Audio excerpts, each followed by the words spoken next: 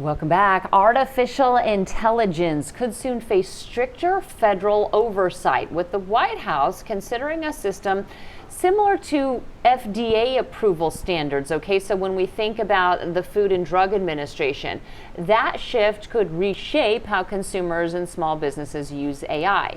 What does all this mean? Let's jump into this. John Austin, a local AI strategist and CEO of Austin Business Strategies, joining us with more this morning. Thanks for coming in. Good morning. No, it's a pleasure. Thank you for having me. Okay, so let's talk about what does this mean when policymakers are starting to compare AI oversight to the FDA. Do you think that that's a fair comparison? Is that kind of a good way to look at this? I would say you're putting guardrails up to something that has been kind of what we would call the Wild Wild West. It's like everybody just gets it, you plug in and you just use it.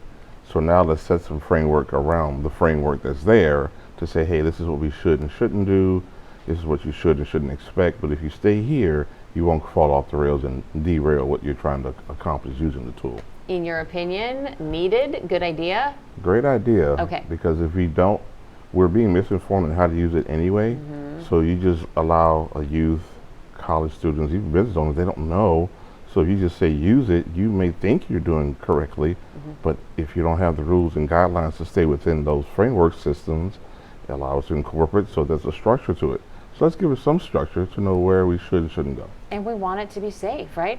Okay, so how could some of these upcoming federal regulations change the way small businesses use AI day to day? What are some of the things being discussed? I know when it comes to the White House and how they are involved, this is about presenting your plan to the White House so that they have some idea, the government has an idea of what you're up to as an AI company, right? Yes, and the government wants to give us enough room to run, right? Okay. And now they're working with a lot of the larger companies to say, hey, this is what we should and shouldn't do.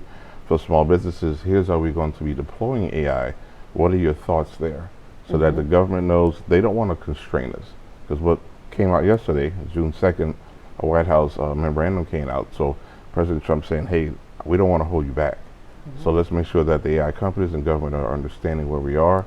Small business, large business, here's where you should stand. Let's make sure we stay innovative.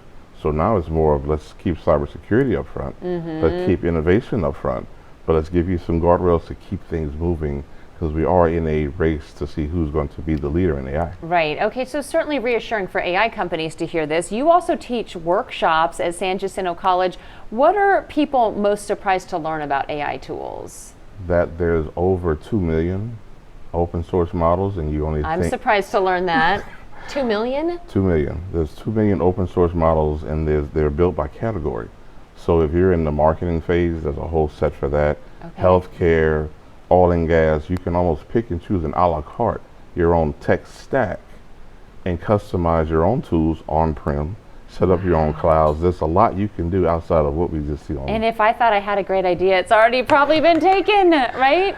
Okay. And you can build on top of that idea and create your own. Yeah. Yep. Okay, so what are some of the biggest risks everyday users and small businesses should understand before they rely on AI? Make sure you're using it as a creative helper.